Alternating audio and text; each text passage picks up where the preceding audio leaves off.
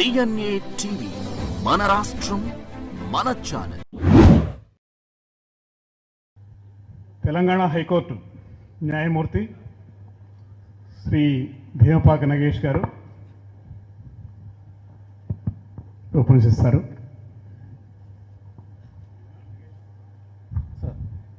అవును సార్. వేదికలు రంగించిన పెద్దలు జస్టిస్ ఆకుల వెంకటసాయి గారు, రిటైర్డ్ జడ్జ్, అలాగే my big brother K Lakshman గారు, judge Telangana high court, justice K Manmatharao గారు, జస్టిస్ బి కృష్ణమోహన్ రావు గారు, అలాగే ఈ సభకి కారకులైన శ్రీ మండలి బుద్ధప్రసాద్ గారు, శ్రీ యార్లగడ్డ లక్ష్మీప్రసాద్ గారు, ఆసీనులైన పెద్దలందరికీ కూడా నా నమస్సుమాంజలు. ఇక్కడ ఈ సమావేశానికి నన్ను ఆహ్వానించినప్పుడు రచయితల సంఘం, నేనేం పెద్ద రచయితని కాదు అని కొంచెం భయపడ్డా.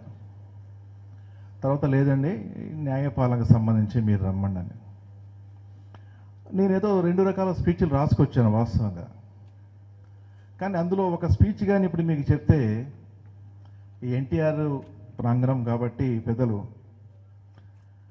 చొట్టి పొట్టి శ్రీరాములు సభా ప్రాంగణం, అలాగే ఎన్టీ రామారావు గారు ఒక మాట ఉంది, పామర జనోహితములైన ప్రళవాక్యం పలుకుటకు ప్రాజ్ఞులు అంగీకరింపరనే పదం ఉంది. నేను వచ్చిన ఒక స్పీచ్ కానీ రాసుకొచ్చి నేను చెప్పాను అనుకోండి, మీరు ఏ సభలో ఏం మాట్లాడుతున్నారో మీకు స్పృహ ఉందా అని ఆసీనులైన పెద్దలు అడిగే అవకాశం ఉంది. కాబట్టి నేను మీకు ముందుగానే తెలియజేస్తున్నా, ఉన్నంత వరకు ఉంచండి, మిగతాని ఎడిట్ చేయండి. అయితే 2 రకాలు, ప్రసంగం చేసుకుందామా మాట్లాడుకుందామా. మనం తెలుగు భాషలో మాట్లాడుకొని మన అమ్మ భాషను గుర్తు చేసే రకంలో ప్రసంగం కంటే కూడా మాట్లాడుకుంటే బాగుంటుందని చెప్పేసి అనుకుంటూ, నేను 2022 ఆగస్టు 16 తర్వాత నేను దాదాపు ఒక 28 నుంచి 30 సభలకు హాజరయ్యాను. మీరందరూ జాగ్రత్తగా వినాలి ఈ ఒక్క వర్డ్. నన్ను పిలిచింది జడ్జితో పాటు, సార్ మీరు తెలుగులో మాట్లాడుతారని మిమ్మల్ని పిలుస్తున్నాం సార్ అన్నారు. దీనికి మీరు స్పందించాలి చప్పట రూపంలో. నేనట తెలుగు మాట్లాడతాను కాబట్టి తెలుగులో, అంటే ఈ సభకు వేరు, ఇది వేరు, వేరే సభలకు నన్ను పిలిచిన ఏంటంటే తెలుగు మాట్లాడటానికి.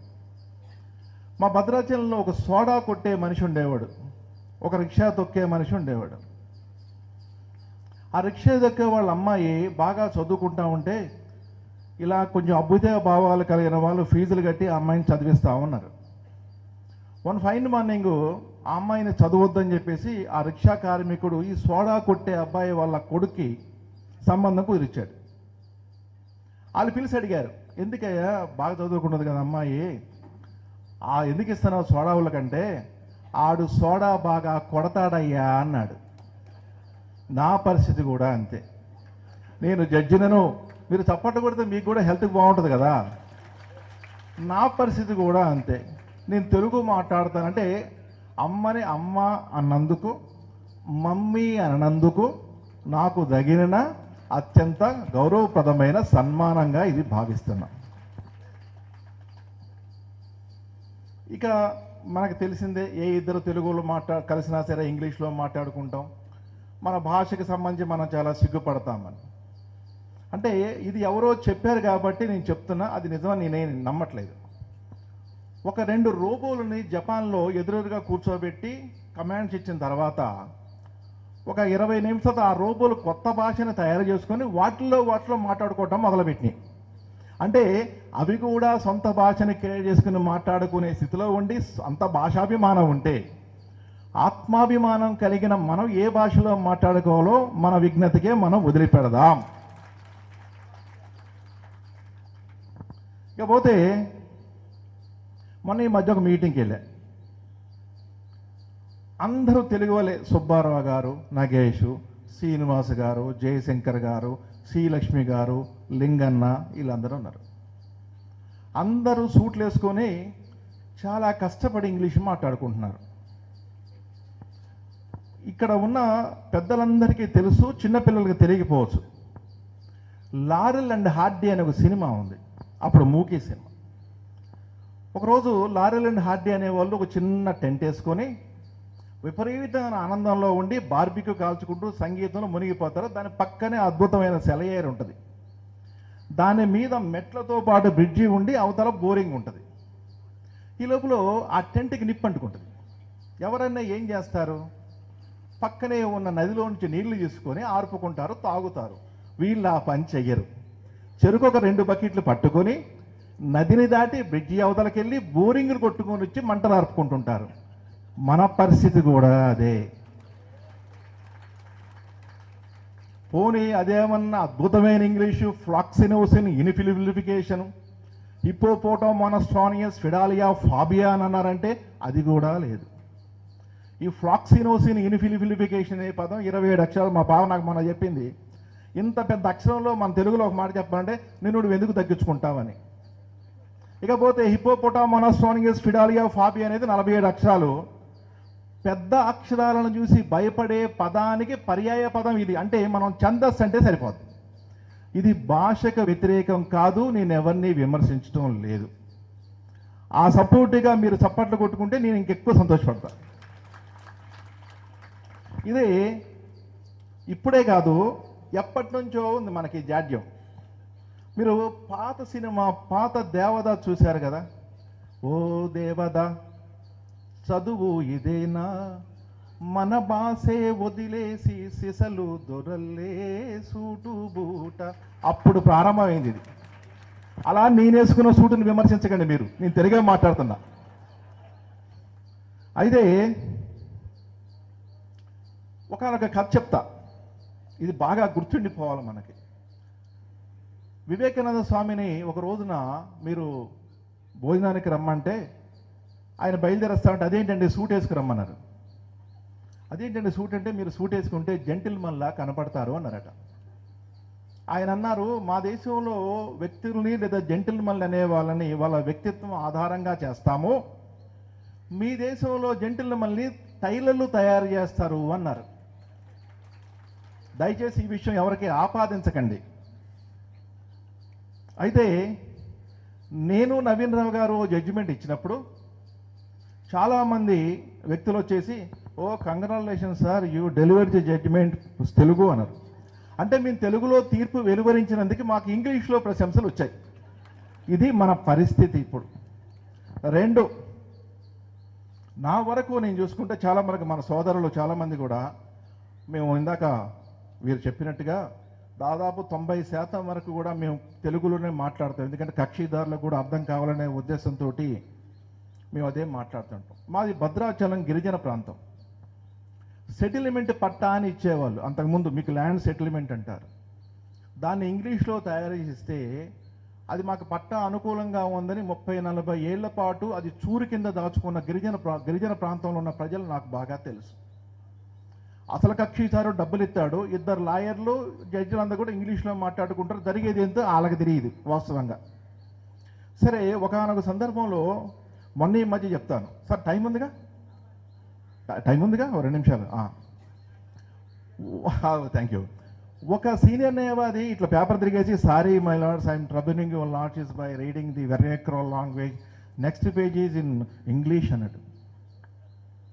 నేను ఆశ్చర్యపోయా, నన్నెందుకు ట్రబుల్ చేస్తున్నావు?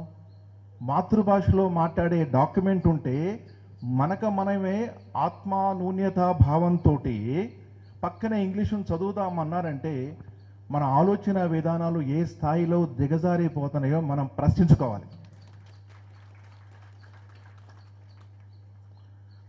అలాగే మొన్న ఈ మధ్య ఓ చిన్న కథ చెప్తా మీకు.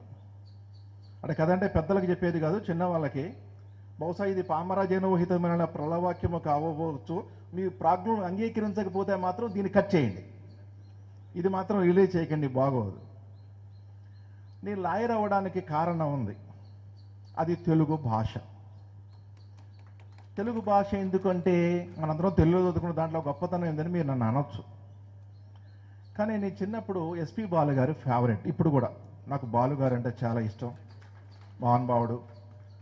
చాలామంది గొప్ప గొప్ప రచయితలు ఉన్నారు. ఎందుకంటే పేరు చెప్పుకుంటే ఏదైనా ఒకటి మిస్ కావచ్చు, అది ఆ ప్రమాదం ఉంది కాబట్టి చాలామంది. చిన్నప్పుడు మా నాన్న ఊర్లో పెద్ద మనిషి కాబట్టి ఎవరైనా వచ్చేవాళ్ళు, భార్యాభర్తల తగాదాలు ఉంటే ఒక భార్యాభర్త వచ్చి గొడవ పడతారు. సారీ, ఒక భార్యాభర్త కాదు, ఒక భార్య ఇద్దరు భార్యలు ఒక భర్త. కథ కోసం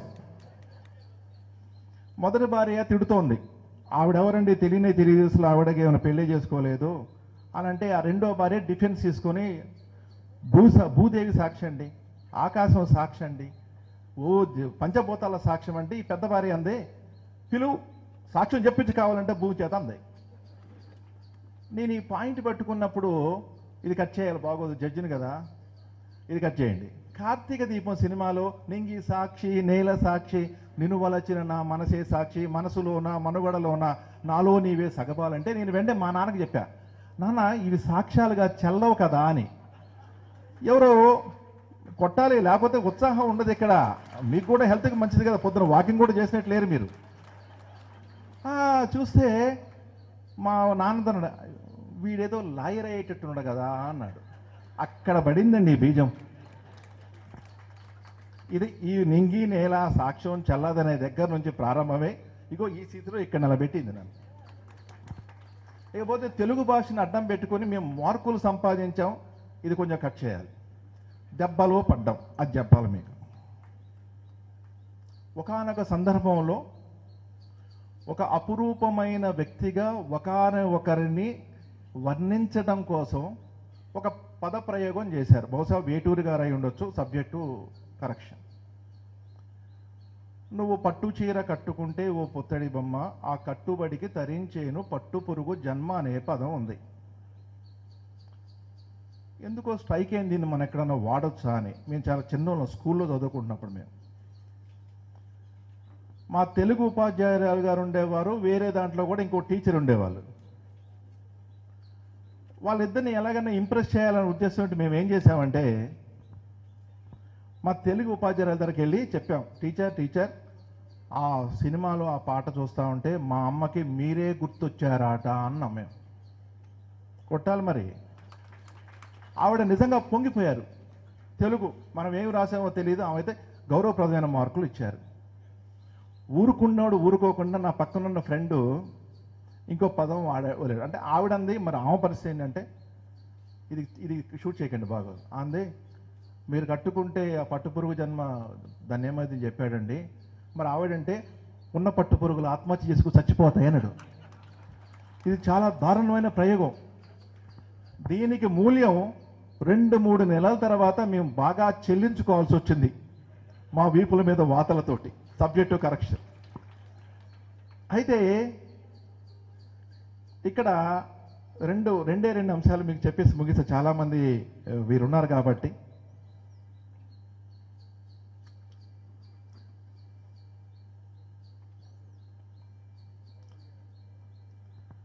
ఒక కేసు చెప్తాం మీకు, కొంచెం భావోద్వేగంగా ఉండే కేసు. ఈ తెలుగుకు స్ఫూర్తిని ఇచ్చిన అనేక మంది మహానుభావులతో పాటు మేము తెలుగులో తీర్పు రాయటానికి కారకునైన ఎన్వి రమణ గారు, అలాగే తెలుగు భాష మీద మమకారం ఉన్న ఉపరాష్ట్రపతి వెంకయ్యనాయుడు గారు, గ్రేట్ రెస్పెక్ట్. విఆర్పురం అనే ఒక ఊరిలో ఒక గిరిజనుల్ని కొంతమంది మోసం చేశారు. ఒక గిరిజనుడు ఆచ్ఛాదన లేకుండా వచ్చి నాతో ఒక మాట మాట్లాడాడు. అయ్యా, మా అడవిలో క్రూర మృగాలు ఉన్నాయి, చిరతపులు ఉంది, పులుంది, ఎలుగుబంట్లు ఉన్నాయి, తోడేళ్ళు ఉన్నాయి, నక్కలు ఉన్నాయి, రకరకాల. అవి ఎప్పుడైనా మా గ్రామం మీద కానీ దాడి చేస్తే ఒక ఆవునో మేకనో దేనో తీసుకుపోతారు. మీరేంటయ్యా పోలవరం ల్యాండ్ ఎక్విషన్ అనే పేరుతో వచ్చి ఇంగ్లీష్లో మాట్లాడి మా సర్వం దోచుకుపోయారు కదా అన్నాడు. అంటే వారికి రావాల్సిన ఆర్థిక సహాయంలో చాలామంది ఇన్వాల్వ్ అయి వాళ్ళ తెలివితేటల మొత్తం వాళ్ళ మీద రుద్ది దోచుకుపోయినప్పుడు ఆ పదం అతను నాకు మీద ప్రయోగించాడు. అది నాకు చాలా బాధ కలిగింది. అప్పటికి నేను జడ్జిని కాదు. నేను ఎన్నో నిద్ర లేని రాత్రులు గడపాల్సి వచ్చింది. ఎంతోమంది ఇంకా పెద్దలు ఉన్నారు కాబట్టి ఇంకా 2-3 లైన్స్ ఉన్నాయి, కానీ సమయం అయిపోతుంది అన్నట్టుగా భావిస్తూ నేను ముగించాలనుకో. ఏమంటారు? ఒక్క నిమిషం అయితే ఒక్క నిమిషం చెప్పేసి వదిలిపెడతాను. వదిలిపెడతాను. మీకు 2 అంశాలు ఉన్నాయి. అంటే మనం ఏదైనా వినే సందర్భంలో దాన్ని ఎలా వాడుకోవాలంటే భాషని హెల్ప్ చేసుకొని నేను కొంచెం ఎక్కువగా బాగుపడ్డానని చెప్పాలా మీరంతా. నేను కొంచెం ఎక్కువ బాగుపడ్డా భాషలో. అవంతా ఏమి లేదు, సినిమా సంగీతాలు అవన్నీ కూడా.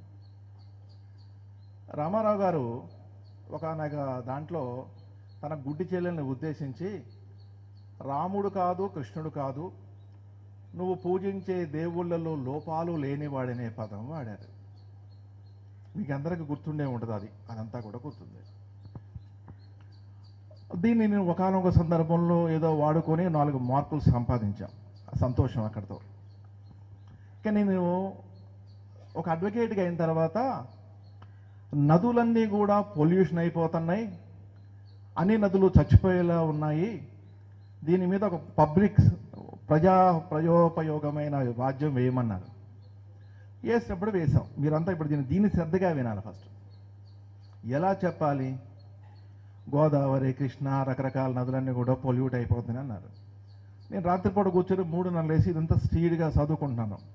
మా ఆవిడ వచ్చింది, ఈ చదివేదో నువ్వు అప్పుడే చదివి ఉంటే ఎంత బాగుండేది, ఈ ప్రాబ్లం వచ్చేది కదా. ఇక్కడే ఉంది ఆవిడ. ఈ ప్రాబ్లం లేదు కదా, ఏదో సరదాగా చదువుతాం అనుకోని లాజేరి ఇప్పుడు రోజు చదవాల్సి వస్తుందని చెప్పేసి ఏదో విమర్శనాత్మకమైన కోణంలో ఉంది. అందులో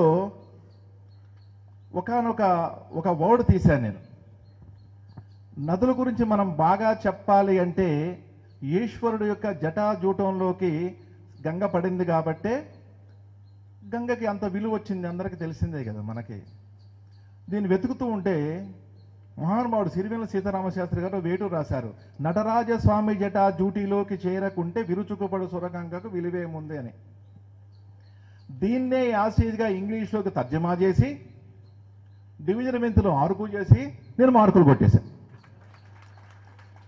ఏమని? In India our river set on the dark presses of the powerful gods in heaven on earth become myth and matter have parted వేసారు, రకరకాలుగా కలిపారు.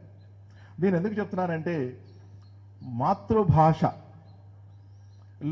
ముఖ్యంగా కానీ మనం బాగా చదవగలిగితే ఇంగ్లీష్ ట్రాన్స్లేషన్ అనేది పెద్ద కష్టపడకుండానే నేర్చుకోవచ్చు.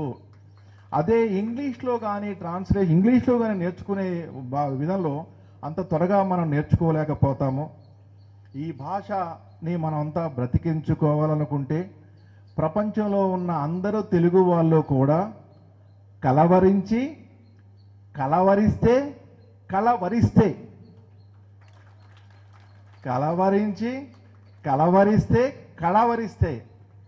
మన మాతృభాష చల్లగా ఉంటుంది.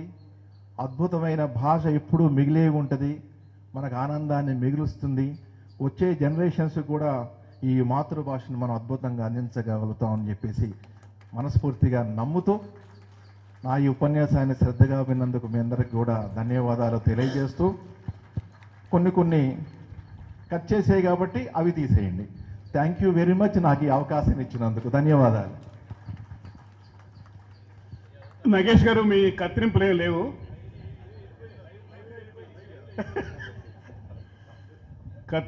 లేవని తెలియజేసుకుంటూ, గోదావరి ప్రవాహంలా సాగిన అంటే వాళ్ళూరు భద్రాచలంనండి ఉపన్యాసం తర్వాత